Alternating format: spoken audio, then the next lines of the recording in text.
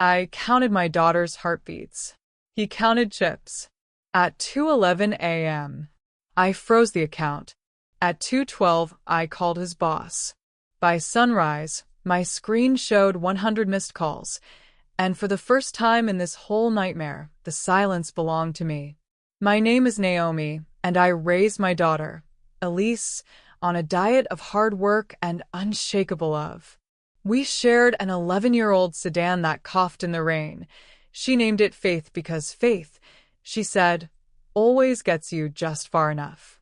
The car had been mine since before she was born.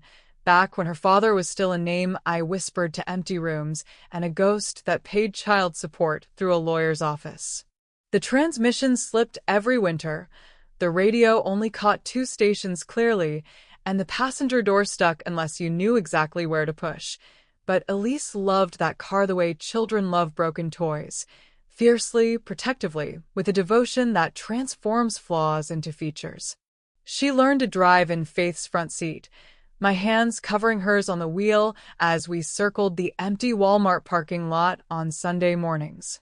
Easy on the brake, baby, I'd say, and she'd nod with the concentration of a surgeon. When she passed her driving test at 17, she cried not because she'd passed, but because she could finally take me places. Now I can drive you to your doctor appointments, she said, keys warm in her palm like a promise. Now I can take care of you too. That was Elise, always thinking about care before freedom, always measuring love in what she could give rather than what she could take. She worked summers at the ice cream shop downtown, saving every tip in a mason jar she labeled college or emergency, whichever comes first. She painted her nails on Friday nights while we watched old movies, and she'd hold her hands up to the television light to check for streaks. "Mama, do you think I'm pretty enough for the world?" she asked once, fingers spread like stars against the screen. "Baby," I said, "the world better be pretty enough for you." Elise met Nathan on a Tuesday, my double-shift day at the diner, the kind of day that starts before dawn and ends after midnight, when your feet forget what it feels like not to ache. She was 24 then, working part-time at the library while taking night classes for her teaching certificate. She came home that evening with her cheeks flushed pink and her hair ribbon askew, talking fast the way she did when something had shifted in her careful world. "His name is Nathan," she said, setting her books on the kitchen table with unusual care, as if they might break from the weight of her news. "He was at the coffee shop next to campus, reading the same book I was reading for class. He had notes in the margins, Mama, good notes. Smart ones." She traced the edge of her notebook with one finger. "We talked for 2 hours about Steinbeck and forgot to drink our coffee. It went cold, but neither of us cared." Nathan was charming in the way gamblers are. Everything looked like a movie scene around him. He had dark hair that seemed professionally tousled and eyes that changed color depending on the light, green in sunlight, gray in shadow, blue when he was telling stories that made you lean closer to catch every word. He wore shirts that fit like they'd been tailored, even though Elise later told me he bought them at outlet stores. He had a way of making ordinary moments feel significant, like the world had arranged itself just so he could point out its beauty to you.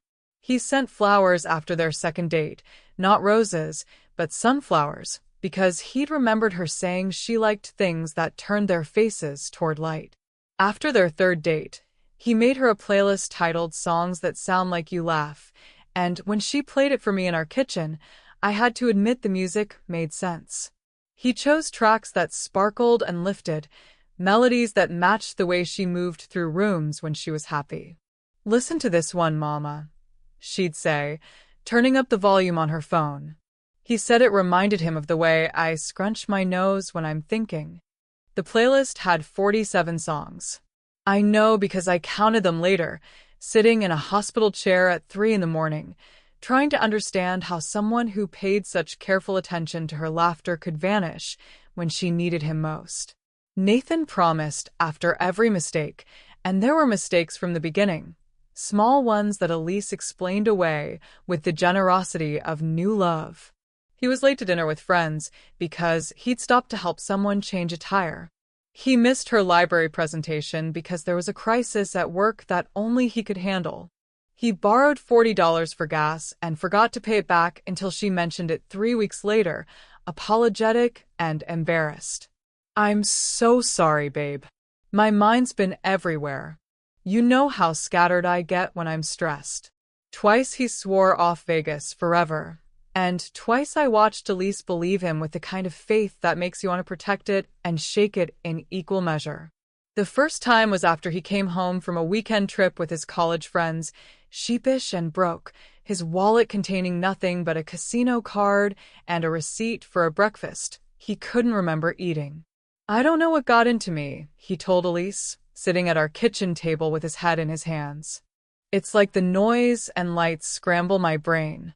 I'm done with that place. I swear to you, I'm done." Elise rubbed his shoulders the way she used to rub mine when I came home exhausted from double shifts. "Everyone deserves a second chance," she said, and I bit my tongue because I'd raised her to be forgiving, and you can't fault someone for becoming exactly what you taught them to be. The second promise came 6 months later, after what he called a bachelor party situation. He'd been the best man for a work colleague, and the group had flown to Vegas for 3 days. Nathan came home with a story about how he'd tried to keep his friend out of trouble, how he'd lost track of time and money while playing designated driver to guys who couldn't handle their liquor. "I spent more trying to get them out of there than I ever would have on my own," he explained. "But that's it. That place is poison. I see that now. I'm never going back." Elise wanted to believe him, and love has its own mathematics. It multiplies hope and divides doubt until the numbers make sense, even when they shouldn't. But I watched the way his hands moved when he told that second story, fidgety and restless, the way people touch their faces when they're editing the truth. I noticed how he avoided looking at the Vegas keychain that had somehow ended up on Elise's keys, a glittery souvenir he claimed he'd grabbed by accident at the airport. When Elise told me she was pregnant, it was on a Saturday morning in October, the kind of day when the light comes through windows like honey. She was sitting cross-legged on our living room floor, sorting through old photo albums for a scrapbooking project, and she looked up at me with tears in her eyes and a smile that could have powered the whole house. "Mama," she said, holding up a pregnancy test like it was a diploma. "Look." I sat down beside her on the carpet, our knees touching, and took the test in my hands. 2 pink lines, clear and unmistakable. "How far along?" I asked, though my voice came out whisper-soft. 8 weeks. "I've been afraid to take the test, afraid to hope." She leaned her head against my shoulder. "Nathan doesn't know yet. I wanted to tell you first." We sat there for a long time, looking at the photo albums scattered around us. Pictures of Elise as a baby, as a toddler, as a gap-toothed first grader, holding a certificate for perfect attendance. In one photo, she was maybe 5 years old, wearing a Halloween costume I'd sewn from old sheets, a ghost with crooked eye holes and a smile drawn in permanent marker. She'd been so proud of that costume, had worn it for 3 days straight until I finally had to wash it while she slept. "I'm scared, Mama," she said finally. "What if I'm not good at this?" "Baby," I said, kissing the top of her head, "you've been practicing to be a mother your whole life. Remember when you were 12 and you found that injured bird in the backyard? You made it a nest out of old towels and fed it with an eyedropper every 2 hours for a week until it could fly again. You named it Hope." She laughed, the sound wet with tears. "It died the day after I released it. But it flew first," I reminded her. "It flew because you loved it enough to let it try." Nathan's reaction to the pregnancy news was complicated in ways that should have been simple. When Elise told him, he picked her up and spun her around our kitchen until she laughed and begged him to put her down. He called her Mama for the first time, the words soft and wondering in his mouth. He framed the ultrasound photo and kissed it nightly for a week, propping it on his nightstand like a shrine. But he also started talking about money in ways that made my stomach tight. "We need to think practically," he'd say, pulling up calculators on his phone and showing Elise numbers that never seemed to add up the way he wanted. Babies are expensive. Daycare, diapers, college funds. Maybe I should look for higher-paying work. Maybe I should take some risks, make some investments. Risks like what? I asked one evening when he was visiting for dinner, though I already suspected the answer. Nothing crazy, he said, cutting his meatloaf into precise squares. Just some opportunities I've been researching. Ways to multiply what we have instead of just saving it slowly. Elise reached across the table and covered his hand with hers. We have time to figure it out, she said. We don't need to do anything drastic. But Nathan looked at her belly like it was a countdown timer, like pregnancy lasted 9 months, but financial security needed to happen overnight. He loved outcomes more than process, and babies are all process, slow, sacred, sleep-starved process that can't be rushed or optimized or won with the right combination of luck and timing. The problem started in her 7th month, on a Thursday that began like any other day.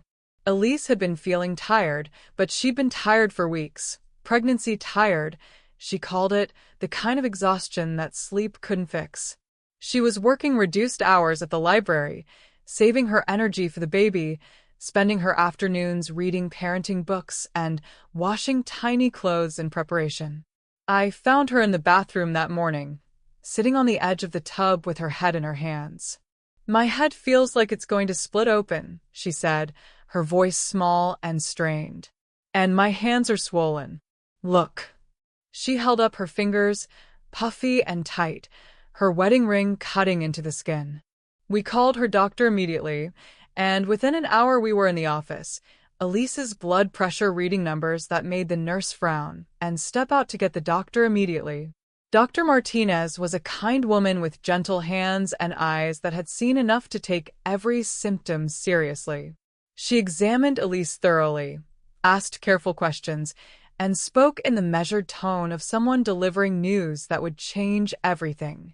We're looking at preeclampsia, she said, her hands folded on the desk between us. Your blood pressure is dangerously high, and the protein levels in your urine are concerning. We need to monitor you closely from now on. Bed rest, daily check-ins, and if things don't improve quickly, we'll need to deliver the baby early. Elise's hand went to her belly instinctively, protective. How early? Potentially very early. We'll do everything we can to keep him cooking as long as safely possible, but your health comes first. We'll take it day by day. That night, Elise lay in bed with her feet elevated, following doctor's orders, while Nathan paced our living room like a caged animal. There has to be something we can do, he kept saying. Some treatment, some way to fix this. We are doing something, I told him. We're following the doctor's instructions and hoping for the best. Hope isn't a plan, he said, running his hands through his hair. Hope doesn't pay for NICU bills or specialized care or any of the things we might need. That was when he started talking about the conference, a work opportunity in Nevada, a chance to network with potential clients and secure some big contracts that would set them up financially for the baby's arrival. It's perfect timing, he said, though nothing about it felt perfect to me. I could go, make some connections, come back with enough work lined up to cover everything. Nevada's a big state, I said carefully. Where in Nevada? He paused just long enough for me to know. Las Vegas. But it's all business, Naomi. Conference rooms and client dinners. I won't even leave the hotel except for meetings. Elise was quiet from the bedroom, but I knew she was listening. The next morning, she called me into her room and showed me a folder she'd prepared, neat and organized the way she approached everything important in her life. I need to set up a medical proxy, she said, just in case something happens and I can't make decisions for myself or the baby. Honey, just in case, Mama. The doctor said things could happen fast with preeclampsia. I need to know that if I can't speak, someone who loves us will speak for me. She named me her medical proxy, signed the papers without drama, and slid them into a folder labeled, just in case. We sat together on her bed afterward, her head on my shoulder, feeling the baby move restlessly inside her. He's running out of room, she said, her hand tracing the shape of an elbow or a knee pressing against her ribs. He's getting ready to meet us, I said, though privately I prayed he would wait as long as possible. Nathan booked his work conference for the exact week Dr. Martinez told us to be ready for anything. When I confronted him about the timing, he looked at me like I was the one being unreasonable. The conference was scheduled months ago, he said. I can't just not go. We need this opportunity now more than ever. Your wife might go into emergency labor while you're gone. She might not. And if she does, you'll be here. You'll take care of her. He said it like my presence made his absence acceptable, like love was something that could be delegated. I called it what it was. You're gambling, I told him. You're betting that everything will be fine so you can go play cards in Vegas. His face hardened. Don't make this a thing, Naomi. This is about our future.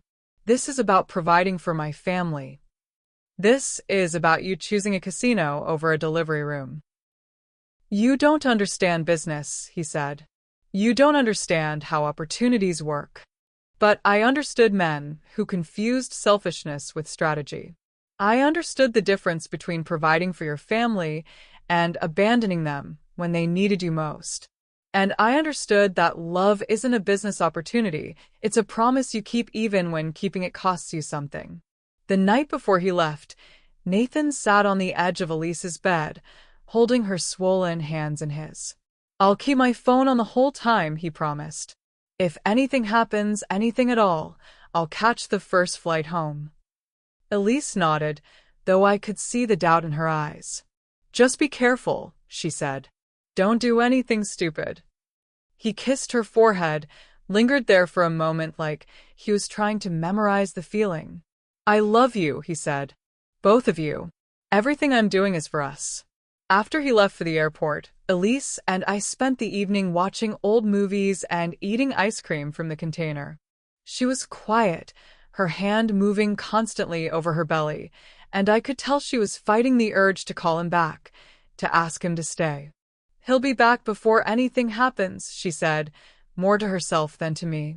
He will, I agreed, though I was already preparing for the possibility that he wouldn't. The last text before her emergency C-section was a selfie under a chandelier that looked like frozen rain. In the photo, Nathan was grinning, his face flushed with whatever he'd been drinking, his shirt collar open and his hair mussed. Behind him, the casino floor spread out like a glittering ocean, slot machines and card tables disappearing into the distance. The chandelier above him was elaborate and gaudy, thousands of crystals catching the neon light and throwing it back in rainbow fragments. He looked like he was posing for a movie poster, dramatic and lit from above, and the caption read, "Living it up in Sin City. Conference is going great." While I stared at that picture, Elise's blood pressure spiked to dangerous levels. The headache she'd been fighting all day became unbearable, and when she called my name from the bedroom, her voice was different, frightened and thin. I found her sitting on the edge of the bed, her face pale and her hands shaking. Something's wrong, she said. Something's really wrong. On my screen, Elise's oxygen levels traced a thin mountain range across black glass, jagged peaks and valleys that made the nurses move faster and speak in codes I didn't understand. On Nathan's phone, dice glinted under casino lights. Behind him, a blurred woman leaned close, her hand on his shoulder, her face obscured but her presence unmistakable. She wore red lipstick and gold jewelry that caught the light the same way the chandelier crystals did. The emergency room moved around us like a choreographed dance, everyone knowing their steps except me. Nurses checked vitals and started IVs while doctors conferred in low voices about delivery options and NICU preparation. Elise squeezed my hand during contractions, her wedding ring cutting into both our fingers, and whispered apologies between waves of pain. "I'm sorry," she kept saying. "I'm sorry he's not here. I'm sorry this is happening. Stop apologizing, I told her, smoothing her hair back from her sweaty forehead. None of this is your fault. None of it. Dr. Martinez appeared beside the bed, still calm, but moving with the urgency that meant decisions had to be made quickly. We need to deliver now, she said. Your blood pressure isn't responding to medication, and the baby's heart rate is showing signs of distress. We're going to do an emergency C-section. Elise nodded, tears streaming down her cheeks. Is he going to be okay? We're going to do everything we can to make sure both of you are okay, Dr. Martinez said. Naomi, you'll need to wait in the family room during surgery. Someone will update you as soon as we know more. As they wheeled Elise toward the operating room, she grabbed my hand one more time. Call him, she whispered. Please call him and tell him what's happening. I promised I would, though I'd already called 3 times with no answer. The conference was apparently too engaging for him to check his phone, or maybe the woman with the gold jewelry was providing a different kind of entertainment than the scheduled networking events. ICUs have their own weather. Air scrubbed thin, fluorescent dawn that never ends, an orchestra of beeps and whispered prayers. The family waiting room was painted in soothing blues and grays, with motivational posters about hope and healing, but nothing could make the waiting feel less like drowning. I called Nathan 7 times during the 3 hours Elise was in surgery. I left voicemails explaining the emergency, texting updates about her condition, sending photos of the hospital room so he would know where to find us. His phone was busy being documented in selfies with strangers, capturing moments at blackjack tables and roulette wheels, preserving memories of a night that would cost him everything that mattered. When Dr. Martinez finally found me in the waiting room, still wearing her surgical scrubs, I could read the outcome in her face before she spoke. Both mother and baby are stable, she said, sitting down beside me on the uncomfortable couch. It was touch and go for a while, but they're both fighters. The baby is small, 4 pounds, 12 ounces, but his lungs are developed and he's breathing on his own. Elise lost more blood than we'd like, so she'll need to stay in the ICU for monitoring, but her blood pressure is finally starting to come down. I pressed my palm to Elise's foot under the hospital blanket, so I could feel the warmth the monitors couldn't measure. Her skin was pale and cool, but alive, undeniably alive. The machines around her bed beeped and hummed, a technological lullaby that somehow managed to be both frightening and comforting. Every few minutes, a nurse would appear to check readings and adjust medications, moving with the quiet efficiency of people who understood that healing happened in increments. In the nursery down the hall, my grandson wore a pink identification band around his ankle, the plastic bright against his tiny foot.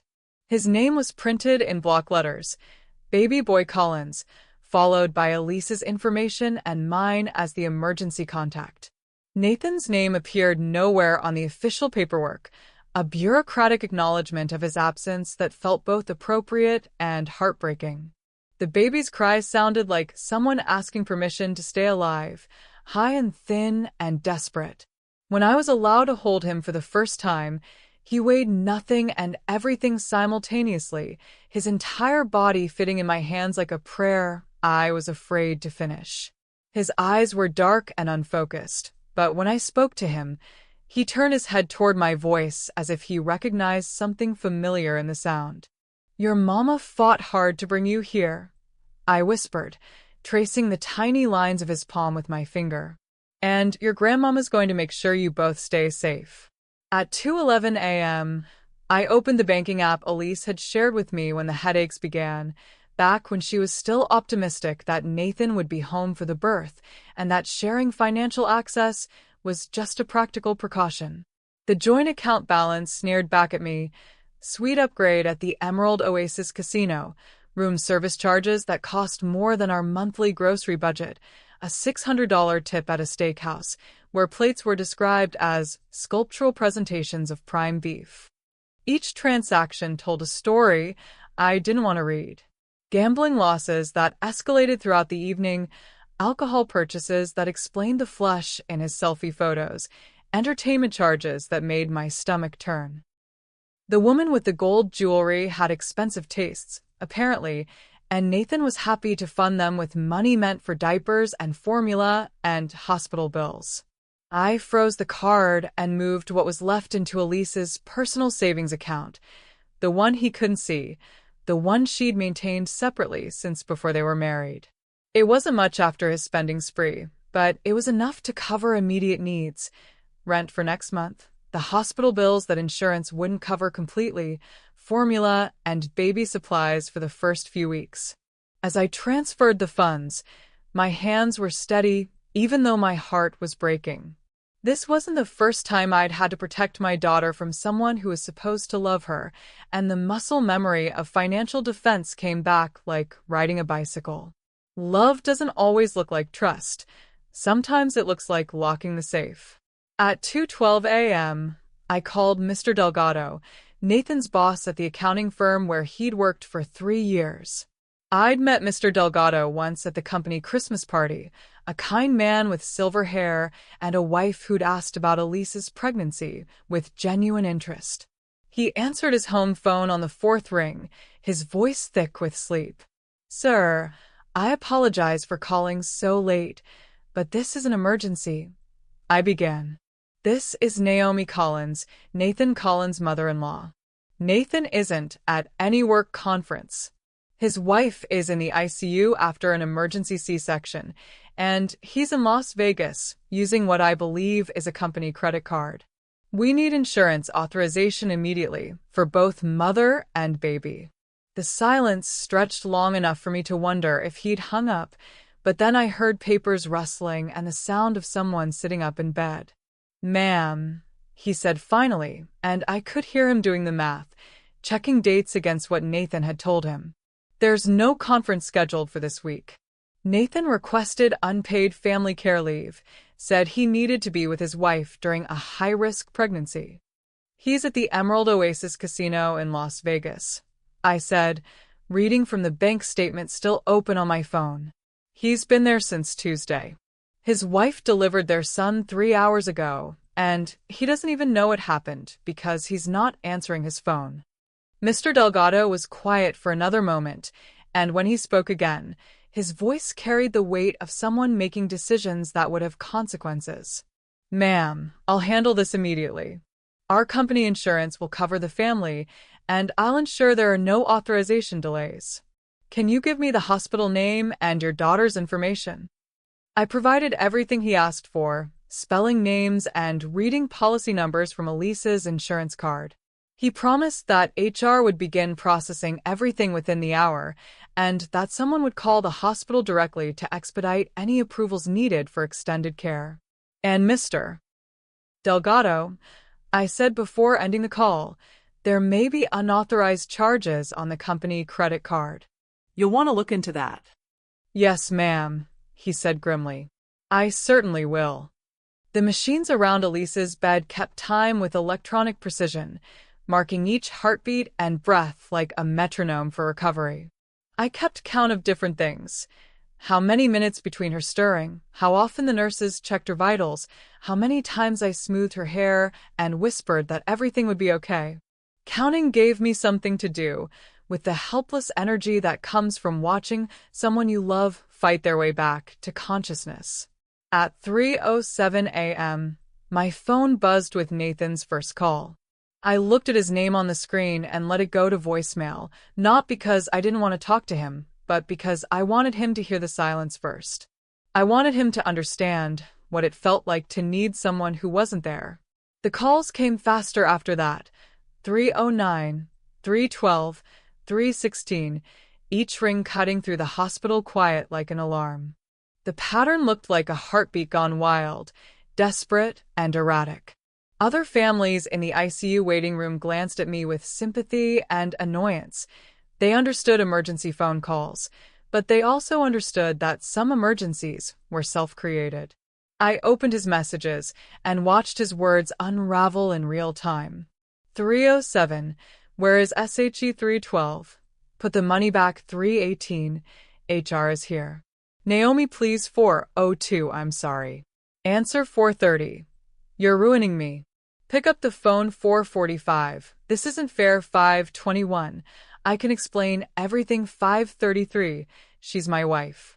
That's my son. Every text was proof that when a man who loves odds meets consequence, he confuses accountability with cruelty.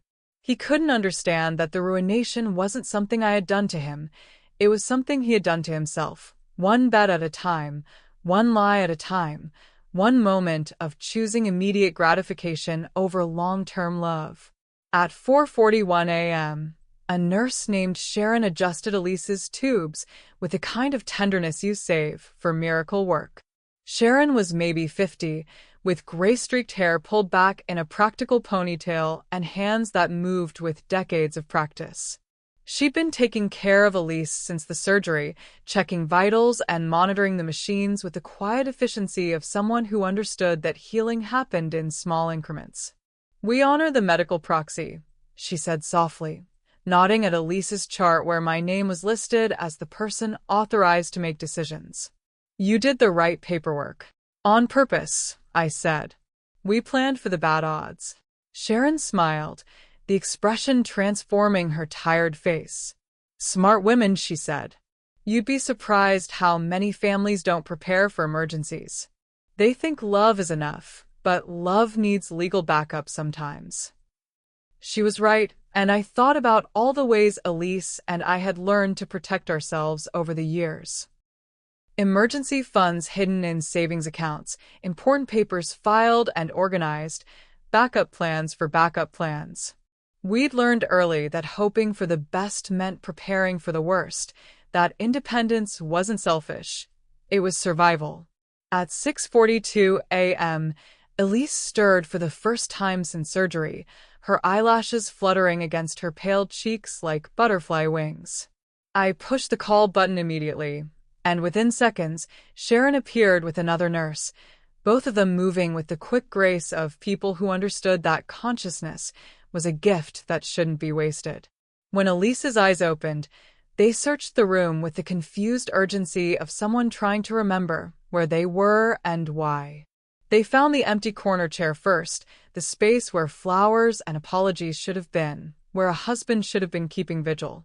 Her face registered the absence before her mind fully caught up, disappointment and understanding mixing in her expression. Then her eyes found me, sitting in the chair beside her bed, and I watched relief flood her features. "Mama," she whispered, her voice rough from the breathing tube they'd removed an hour earlier. "I'm here, baby," I said, taking her hand in both of mine. "I'm right here." The baby? He's perfect. For pounds, 12 ounces of perfect. Breathing on his own, crying like he's got opinions about everything.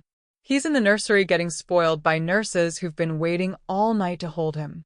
Tears ran down her cheeks, and I wasn't sure if they were from relief or sadness, or the complicated mixture of both that comes with becoming a mother under circumstances you never imagined. "Nathan." "I handled it," I said, because that was what mothers did.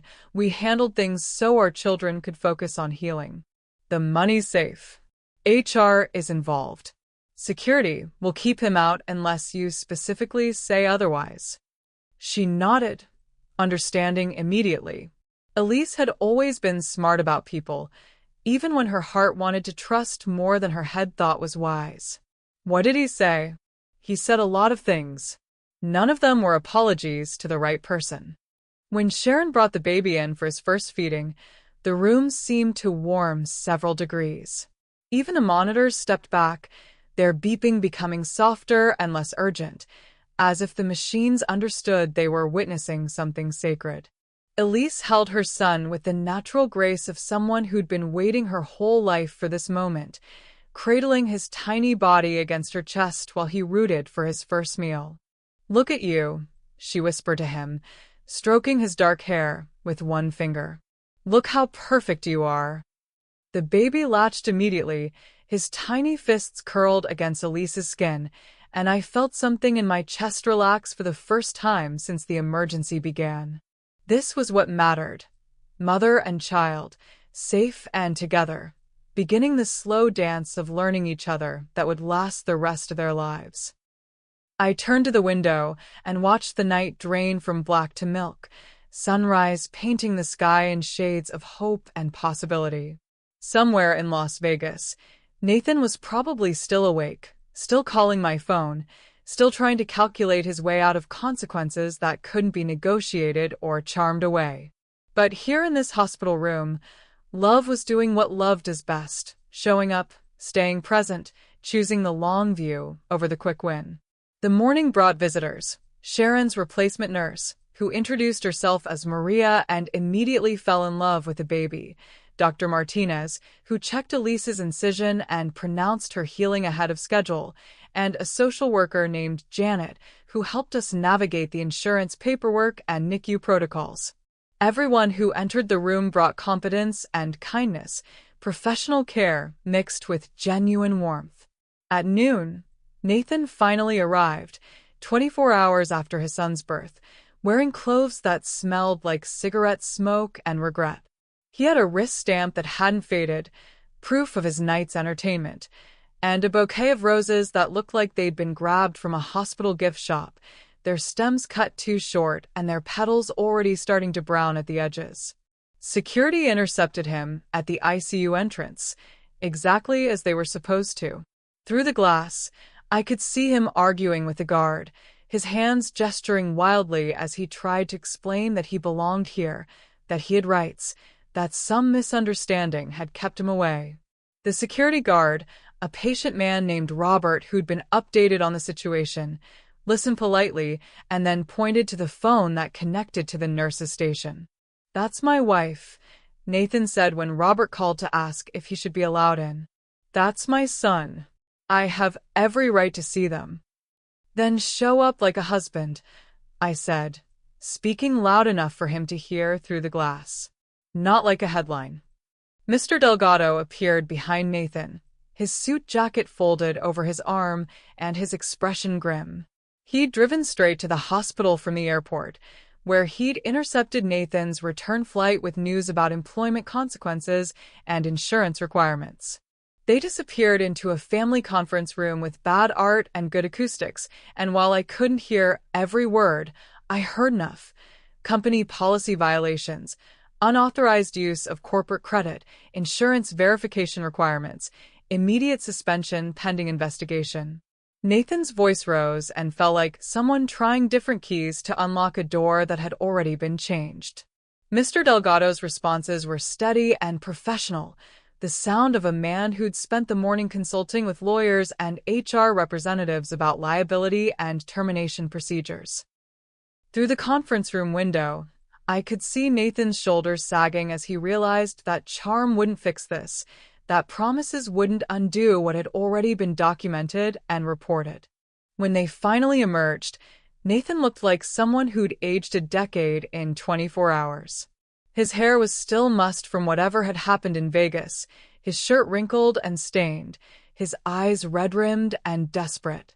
Mr. Delgado shook my hand and promised that insurance coverage would continue through the end of the month while Nathan's employment status was resolved. "There will be a full investigation," he said quietly, "but I wanted to ensure that your family's medical needs weren't affected by Nathan's choices." After Mr. Delgado left, Nathan sat across from me in the family waiting room, trying to manufacture the kind of remorse that might earn him access to his wife and child. His hands shook slightly, withdrawal from adrenaline or alcohol or both, and he kept touching his face like he was checking to make sure he was still there. "I messed up," he said, the words falling flat in the sterile air between us. "It was just a bad night. One bad night that got out of hand. I didn't know she was going to deliver early. If I'd known—" "You knew?" I interrupted, because lies don't become truth through repetition, and I was too tired for the performance of believing him. "We texted you at triage. We called your phone 12 times. The emergency contact form had a number listed first, and when the hospital tried to reach you, they got voicemail." His face crumpled slightly, the careful mask of explanation slipping. "I was in meetings. The conference was intense, back-to-back sessions. I had my phone on silent. Nathan. I pulled out my own phone and scrolled to his social media, screenshots I'd taken while sitting in the ICU waiting room. You posted 17 times between Tuesday and this morning. Pictures of card tables, drinks, that woman with the gold jewelry. Your location settings were on. Every post was tagged at the Emerald Oasis Casino. He stared at my phone screen like it was evidence in a trial he'd forgotten he was attending. In the photos, he looked happy in a way I'd never seen him look at home, reckless and free, unmoored from responsibility, living in the eternal present tense that casinos are designed to create. The woman appeared in 5 of the pictures, always touching him somehow, her hand on his arm, her lips near his ear, her body pressed close in a way that suggested intimacy beyond conversation. Who is she? I asked, though I wasn't sure I wanted to know. Nobody. Just someone I met at the bar. She was friendly, and I was feeling guilty about being away, and it was just... He trailed off, realizing that every word was making things worse. It was just what? Just cheating on your wife while she was fighting for her life? Just spending your son's future on strangers and slot machines. For the first time since he'd arrived, Nathan looked genuinely ashamed. His chin went down, his shoulders curved inward, and his voice became small. I know how it looks. It doesn't just look bad, Nathan. It is bad. Your wife almost died last night. Your son was born weighing less than 5 pounds, and you missed it because you were taking selfies with a woman whose name you probably don't even know. The truth of it hit him then, really hit him, and I watched him realize that this wasn't something he could smooth over with flowers and explanations. The bouquet in his hands looked ridiculous. $15 worth of guilt from a hospital gift shop, roses that were already dying because he'd forgotten to put them in water. Can I see them? He asked finally. Please? I know I don't deserve it, but I need to see that they're okay. That's not my decision to make, I said. Elise has medical proxy authority over her own care now that she's conscious. And I have temporary authority over decisions regarding the baby until she's fully recovered. If you want to see them, you ask her. But you ask through the nurse's station, and you accept whatever answer she gives. Nathan nodded, understanding that he'd lost the right to assume access to his own family. He walked to the nurse's station like a man approaching a judge, and I watched him speak quietly to Maria, who listened with professional sympathy before disappearing to check with Elise. 5 minutes later, Maria returned and whispered something to Nathan that made his face collapse. Elise had said no, not forever, but not today. Not until she'd had time to process what had happened, to understand the full scope of his choices, to decide what forgiveness might look like if it existed at all. She said she needs time. Nathan told me when he returned to the waiting room, his voice thick with tears he was trying not to shed.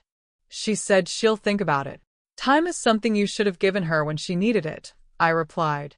Now it's something you'll have to earn back. He left then, walking out of the hospital with the same defeated posture he'd had when Mr. Delgado finished explaining the employment consequences. But unlike most people who leave hospitals, Nathan would be back, not because he was invited, but because redemption, real redemption, requires showing up even when you're not wanted, proving change instead of promising it. That afternoon, while Elise slept and the baby rested in the nursery, I called my sister Ruth in Portland to tell her she'd become a great aunt. Ruth was 8 years older than me, a retired teacher who'd raised 4 children and buried 1 husband, and she had the kind of wisdom that comes from surviving more life than most people think they can handle. How's Elise really doing? Ruth asked after I'd given her the basic details about the delivery and Nathan's absence. Strong, I said, which was true. Angry, which is also good. Disappointed, but not surprised, which breaks my heart. And you? I was quiet for a moment, watching nurses move efficiently through the ICU corridors, carrying medications and checking charts and managing the 100 small crises that happen every day in places where people fight for their lives. I'm tired, Ruth. tired of protecting her from people who are supposed to love her, tired of being the safety net for other people's bad choices. You know what I told my Sarah when her first husband turned out to be a waste of space and good intentions? Ruth asked. What? I told her that love isn't about finding someone perfect. It's about finding someone whose imperfections don't put you in danger. Nathan's imperfections put your daughter and grandson in real danger. Financial, emotional, physical. That's not love struggling with human flaws. That's selfishness, wearing love's mask. Ruth was right, as she usually was about matters of the heart and marriage. She'd stayed married to the same man for 38 years, through job losses and medical emergencies, and all the ordinary disasters that test whether two people can build something stronger than their individual weaknesses. Her husband Jim had been far from perfect. He drank too much beer, left dishes in the sink, and told the same stories at every family gathering, but he'd never put Ruth or their children at risk. He'd never made them question whether they could count on him when everything else fell apart. What do I tell her when she asks if she should try to save her marriage? I asked. You tell her that marriage is worth saving when both people are doing the work to save it. And you tell her that some mistakes are bigger than others. Missing dinner because you're stuck at work is a small mistake. Missing your child's birth because you're gambling away his college fund is a different category entirely.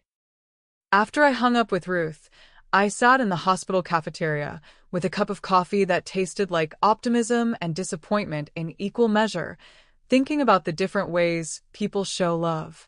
Nathan showed love like a fireworks display, dramatic, attention-getting, beautiful for a moment, but ultimately unsustainable. Elise showed love like a garden, patient, consistent, requiring daily attention but growing stronger over time. I tried to teach her to recognize the difference, but young hearts are drawn to spectacular displays, even when quiet devotion would serve them better.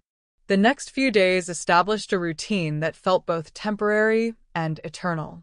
Elise's blood pressure stabilized, allowing her to move from the ICU to a regular postpartum room with windows that actually showed the outside world.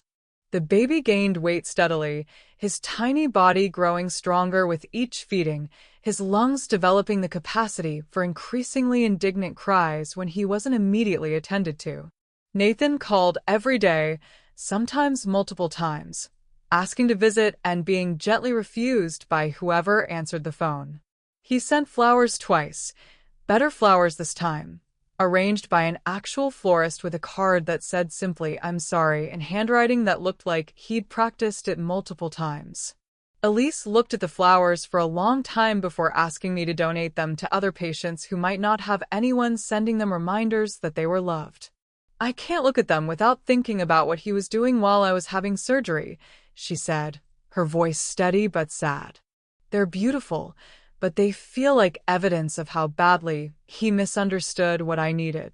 On Thursday, Dr. Martinez cleared Elise for discharge, though the baby would need to stay in the NICU for at least another week to ensure his lungs were fully developed and his weight gain remained steady. The prospect of leaving the hospital without her son made Elise cry for the first time since she'd regained consciousness.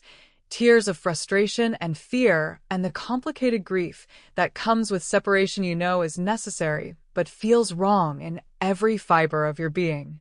"It's temporary," I reminded her, helping her pack the few personal items we'd brought to make her hospital room feel more like home. "He's safe here, and you need to heal so you can take proper care of him when he comes home." "I know," she said, folding tiny cloves that were still too big for her son. But knowing something and feeling it are different things. The ride home was quiet, both of us lost in thoughts we weren't ready to share. Faith the car coughed and wheezed but carried us safely, the familiar sounds oddly comforting after days of hospital machines and corridor echoes. When we pulled into our driveway, I noticed that someone had mowed our lawn and weeded the flower beds, probably Mrs. Chun from next door, who had a habit of taking care of practical matters when life got overwhelming for her neighbors. Inside the house, evidence of interrupted life waited, Elise's pregnancy books stacked on the coffee table, baby clothes sorted and washed but not yet needed, a nursery that was ready for an occupant who wouldn't arrive for another week. Everything looked exactly as we'd left it Tuesday morning, when the biggest worry was whether the baby would wait until his due date. That evening, Nathan appeared on our front porch with a suitcase and an expression of determined humility. He'd driven straight from what he described as his last conversation with Mr. Delgado, a meeting that had resulted in his formal termination for misuse of company resources and violation of the ethics policies he'd signed when he was hired. His unemployment would be immediate, though he'd been given the option to repay the unauthorized charges over time rather than face criminal prosecution. "I need to talk to Elise," he said when I answered the door. "I need to explain what happened and what I'm going to do to fix it." "She's resting," I said, which was true. "And talking to you isn't going to help her rest better." "Naomi, please. I know I messed up, but I'm her husband. We have a son together. I have to be allowed to at least try to make this right." Behind me, I heard Elise's bedroom door open and her footsteps in the hallway. She appeared in the living room wearing the robe I'd given her last Christmas, her hair pulled back in a ponytail, looking fragile but determined. "I can't hear you from my room," she said to Nathan through the screen door. "If you want to talk, we can talk. But Mama stays, and you sit where I can see the door."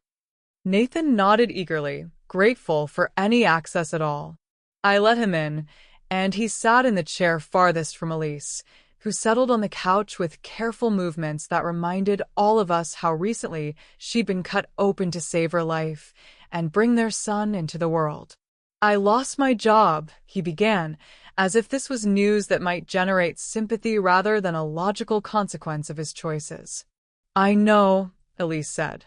"Mama told me. I'm going to find something else. Something better. I'm going to make enough money to pay back what I spent and to take care of you and the baby the way you deserve." Elise was quiet for a long moment, studying his face like she was trying to recognize someone who'd become a stranger. "Do you know what I was thinking about during surgery?" she asked finally. Nathan shook his head. "I was thinking about the time I was 8 years old and got stung by a bee. Do you remember that story?" "No," he said, confusion clear in his voice. "I was playing in our backyard, and a bee landed on my arm. I tried to brush it away, but it stung me anyway. I ran crying to Mama, and she pulled out the stinger and put ice on the swelling. But then she sat me down and explained that the bee didn't sting me because it was mean, it stung me because it was scared and thought I was going to hurt it." Nathan waited, not understanding where the story was going. "She told me that some creatures will hurt you even when you're trying to be gentle with them, because fear makes them do things that don't make sense. And she said that when that happens, the kindest thing you can do is give them space until they're not scared anymore." Elise's voice was steady, but I could see tears building in her eyes. "I've been thinking about that a lot, Nathan. About fear and how it makes people do things that hurt the ones they love." "I wasn't scared," Nathan said quickly. "I was trying to provide for us. I was trying to—" "You were scared," Elise interrupted. "Scared of being responsible for a baby, scared of not having enough money, scared of not being the kind of man who could handle a family. So you ran to the place where you could pretend to be someone else for a while." Nathan opened his mouth to argue, then closed it. For the first time since I'd known him, he seemed to be really listening instead of just waiting for his turn to talk. "The difference," Elise continued, "is that I'm not a bee. I'm not going to sting you because I'm scared. But I am going to protect myself and our son until you figure out how to not be scared of us." "What does that mean?" Nathan asked, though his voice suggested he already knew. "It means you don't get to live here while you're figuring it out. It means you don't get to make promises about the future until you prove you can handle the present. It means that if you want to be part of this family, you have to earn it back, one day at a time, one good choice at a time." Nathan looked stricken, like someone who'd been expecting negotiation and received verdict instead. "Where am I supposed to go?" "That's your problem to solve. I said, stepping into the conversation for the first time. You're a grown man. Figure it out. This is what happens next, Elise said, and I recognized the tone she'd inherited from me, the voice that emerges when love requires lists and boundaries require enforcement. You find somewhere else to live. You get help for the gambling, real help from real professionals. You find a job and start paying back what you spent. When our son comes home from the hospital, you can visit him here, with supervision on a schedule we all agree to. Supervised visits? Nathan's voice cracked. He's my son. Then act like his father, Elise said simply. Fathers show up. Fathers keep their promises. Fathers don't disappear when their families need them most. Nathan sat in silence for several minutes, the weight of consequences settling around him like dust after a demolition. Finally, he stood up, moving like someone much older than his 32 years. How long? He asked. How long do I have to prove myself? As long as it takes, Elise said. There's no timeline for trust, Nathan. You broke it, so you get to find out how long it takes to build it back. After he left, taking his suitcase and his wounded pride, Elise and I sat in the living room listening to the familiar sounds of our house settling into evening. Somewhere in the distance, a dog barked and a lawnmower hummed, ordinary sounds of ordinary life continuing despite the extraordinary events that had rearranged our world. Did I do the right thing? Elise asked, her hand resting on her still tender incision. You did the brave thing, I told her, which is usually the same as the right thing, even when it doesn't feel good. The next morning brought new routines and old challenges. Elise pumped breast milk every 3 hours to maintain her supply for when the baby came home, the mechanical rhythm of the pump marking time like a metronome for maternal devotion. We visited the NICU twice daily, morning and evening, watching our tiny boy grow stronger and more alert with each passing day. Nathan appeared at the hospital on Saturday afternoon, looking like he'd slept in his car and forgotten how to shave. He'd found a room at an extended-stay motel near the highway, he told us, and he'd made appointments with a therapist who specialized in gambling addiction and a financial counselor who helped people rebuild after catastrophic money mistakes. I want to see him, he said, standing at the NICU entrance with the same careful posture he'd used when asking permission to enter Elise's hospital room. Elise looked at our grandson through the nursery window, his tiny chest rising and falling with perfect regularity, his fists curled in sleep like he was holding on to dreams we couldn't see. 10 minutes, she said finally. With me there. And if he gets upset, you leave immediately. Nathan nodded eagerly, scrubbing his hands at the sink with the thoroughness of someone afraid that any mistake might cost him access to his son. When the nurse placed the baby in his arms for the first time, Nathan's face crumpled with an emotion too big for words. He held the tiny body like it was made of light and air, his hands shaking slightly with the effort of being gentle enough. He's so small, Nathan whispered, tears streaming down his unshaven cheeks. He's so perfect and so small. The baby stirred at the sound of his father's voice, dark eyes opening to study this new face with the serious attention newborns give to the world they're still figuring out. For a moment, Nathan seemed to understand the magnitude of what he'd almost lost, not just a wife and child, but the chance to be present for every small miracle that makes a family. I'm going to do better, he said, speaking to the baby but looking at Elise. I'm going to figure out how to be the kind of man you deserve to have as a father. The baby yawned, a response that seemed both dismissive and encouraging, as if he was willing to wait and see what this stranger who smelled like regret and determination might become. After Nathan left, Elise and I spent another hour in the NICU, helping with feeding time and marveling at how much the baby had grown in just 5 days.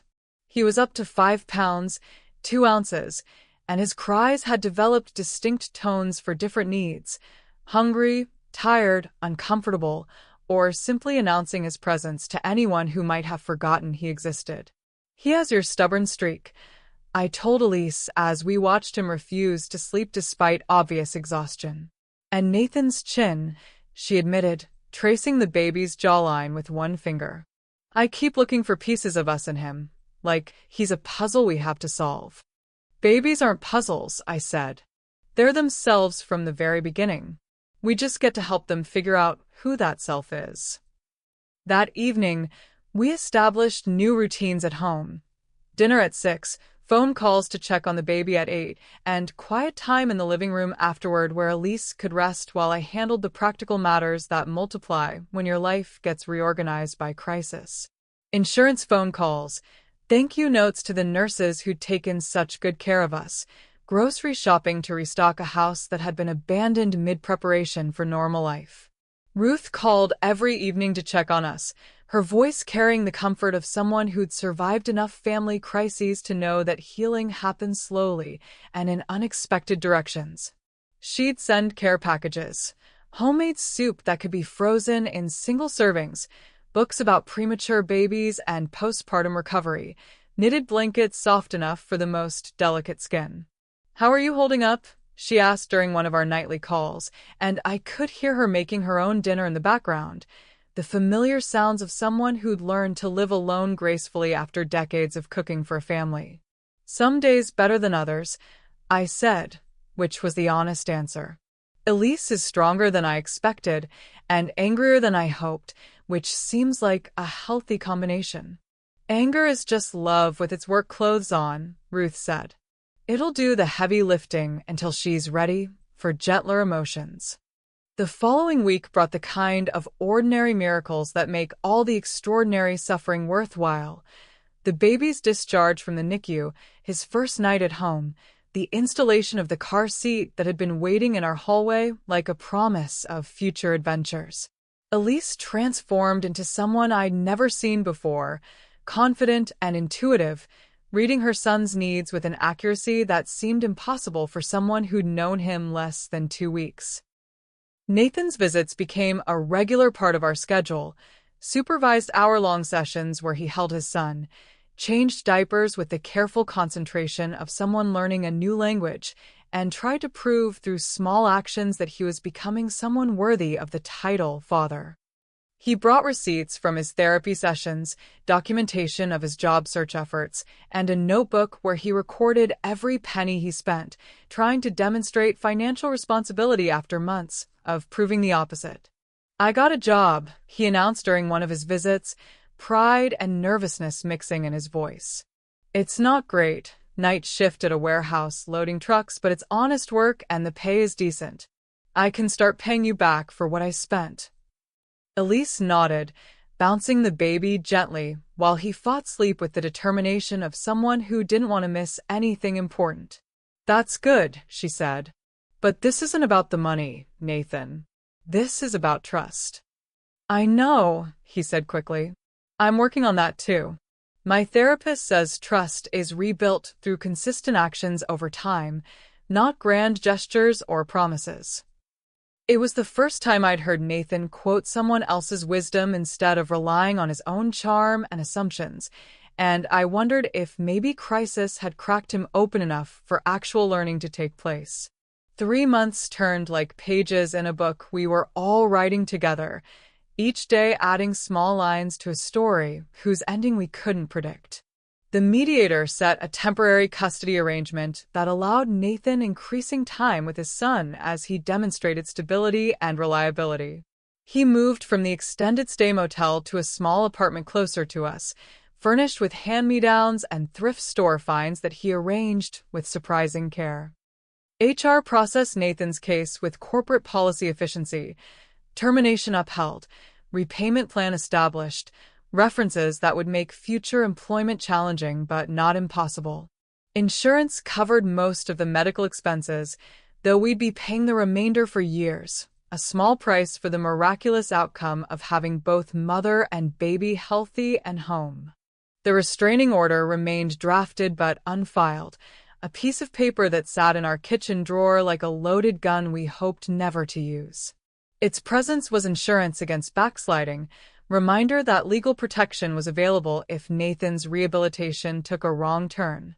People asked if I felt bad for calling his boss, if I regretted the chain of consequences that had unraveled Nathan's life so completely. I told them I felt worse watching my daughter bleed while the man who'd vowed to love her celebrated under casino chandeliers. Accountability isn't cruelty. It's the weak light that keeps a family from going completely dark.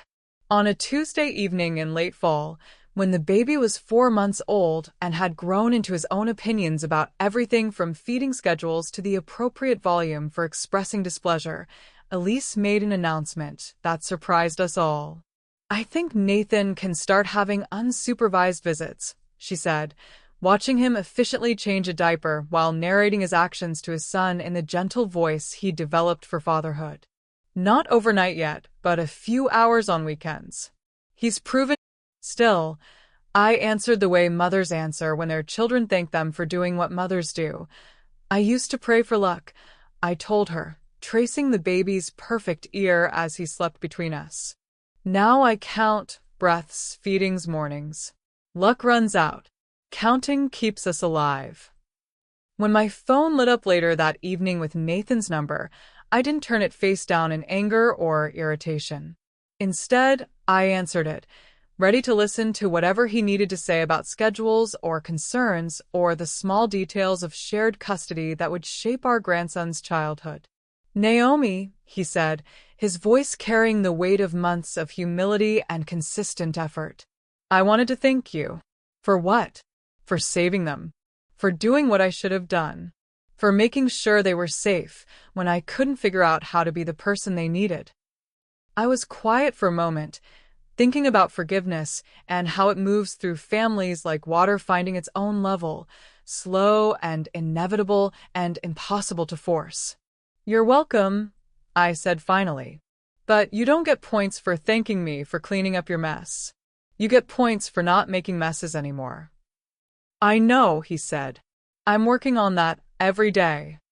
Discharge day had come and gone months ago, but the real discharge, from crisis, from fear, from the chaos of broken trust, happened more gradually. Elise returned to work part-time at the library, where her colleagues had covered her responsibilities and welcomed her back with the kind of professional sisterhood that makes workplaces feel like family.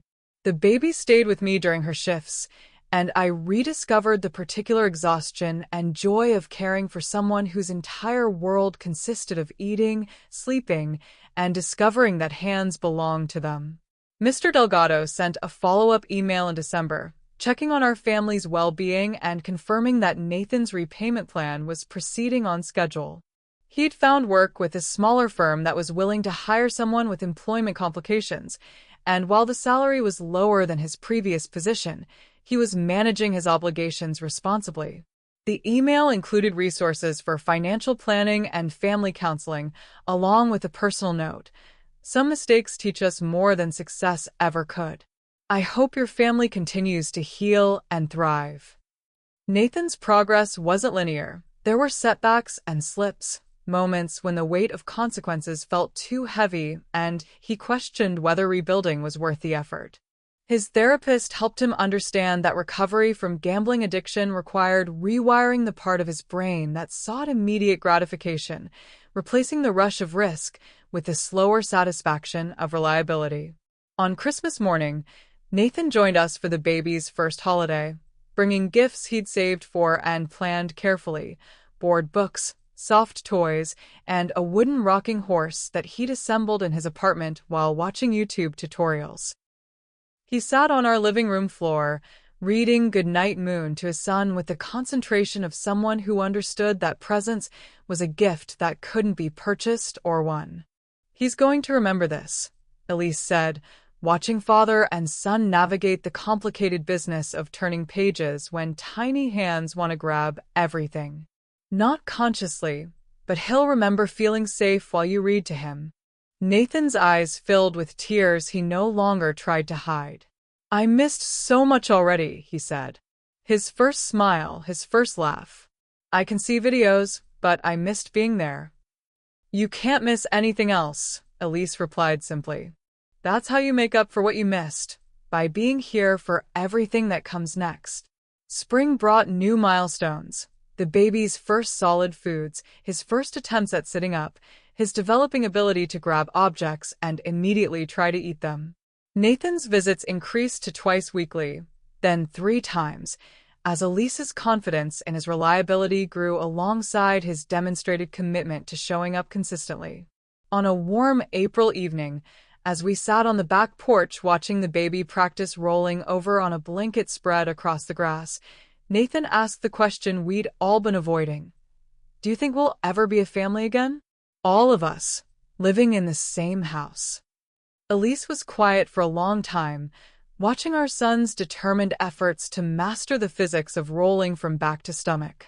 I don't know, she said finally. I know that I love you. I know that you're becoming someone I can trust. But I also know that loving someone and living with them are different things. What would it take? Nathan asked, and I could hear him trying not to sound like he was negotiating. Time, Elise said. More time proving that this new version of you is real and permanent. And probably counseling together, not just separately. We'd need to learn how to be married to each other again, because we're both different people than we were before. Nathan nodded, understanding that this was hope without timeline, possibility without guarantee. I can do time, he said. I've learned how to do time.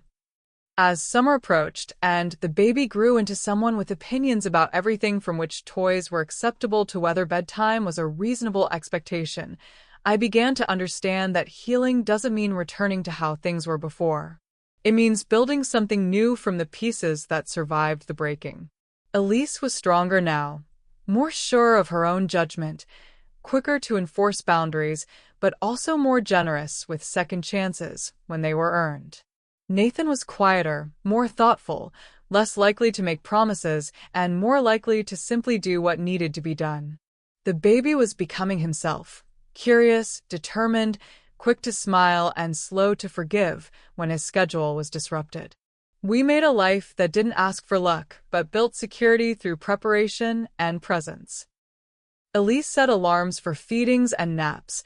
I set reminders for pediatrician visits and my own medical appointments that I'd been postponing since the emergency.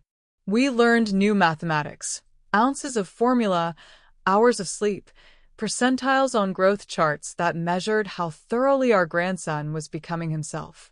On the refrigerator, I taped our old grocery list beneath a fresh one, the top items remaining constant across months of change: milk, eggs, faith. We kept all 3 stocked in the house, understanding that some necessities never go out of style. One evening in late summer, as golden light stretched across our living room like a promise that good days were possible, Elise fell asleep on the couch with the baby on her chest. His breath was a feather against her collarbone, and her face was peaceful in a way that reminded me of how she'd looked as a child, before she'd learned that love could be complicated and people could disappoint you.